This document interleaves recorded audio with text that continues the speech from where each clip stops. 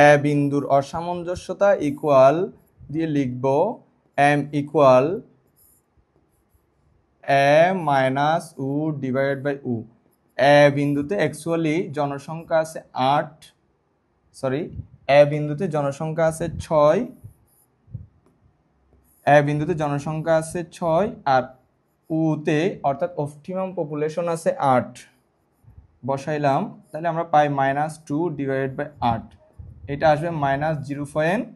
যদি আমরা করি তাহলে 0.2, যদি মাইনাস চিহ্ন পাই তাহলে ওইটা দ্বারা বোঝায় যে কম জনসংখ্যা,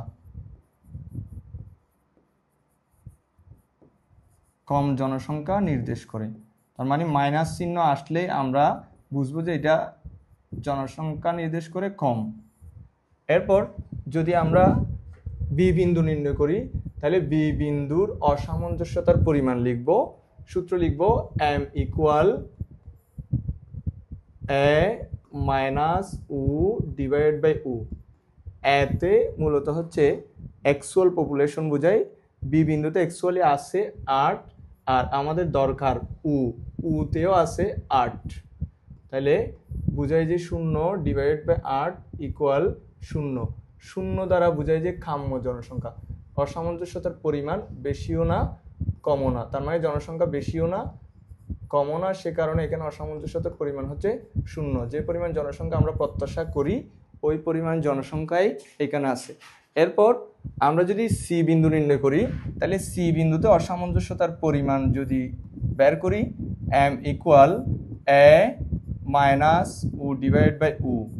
এখানে এ হচ্ছে অ্যাকচুয়াল পপুলেশন, সি বিন্দুতে অ্যাকচুয়ালি আছে 10 কোটি জনসংখ্যা আর আমাদের দরকার হচ্ছে মূলত 8 কোটি জনসংখ্যা, কারণ 8 কোটি জনসংখ্যা হলে আমাদের মাথাপিছু আয়টা কি হয়, সর্বোচ্চ হয়।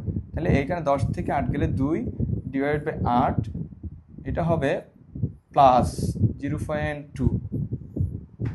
অতিরিক্ত জনসংখ্যা, যখন প্লাস সাইন আসবে তখন হচ্ছে অতিরিক্ত জনসংখ্যা নির্দেশ করে, যখন হচ্ছে 0 আসবে তখন কাম্য জনসংখ্যা নির্দেশ করে, আর যখন হচ্ছে মাইনাস আসে তখন হচ্ছে কম জনসংখ্যা নির্দেশ করে।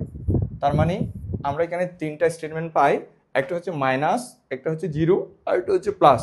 যখন হচ্ছে মাইনাস আসবে তখন কম জনসংখ্যা নির্দেশ করবে, আর যখন 0 আসবে তখন কাম্য জনসংখ্যা নির্দেশ করবে, আর যখন প্লাস আসবে তখন অতিরিক্ত জনসংখ্যা নির্দেশ করবে। শুধুমাত্র এইখানে এই ম্যাথটা করার সময় খেয়াল করতে হবে যে যে বিন্দু আমরা নির্ণয় করব ওই বিন্দুর সোজাসুজি যে সংখ্যাটা আছে ওইটা হচ্ছে এতে আমরা ওই সংখ্যাটা বসাবো। তাহলে এ বিন্দু নির্ণয় করলে এ বিন্দু দেয়া হচ্ছে 6, বি বিন্দু নির্ণয় করলে বি বিন্দু দেয়া হচ্ছে 6, সি বিন্দু নির্ণয় করলে সি বিন্দু দেয়া হচ্ছে কত, 10।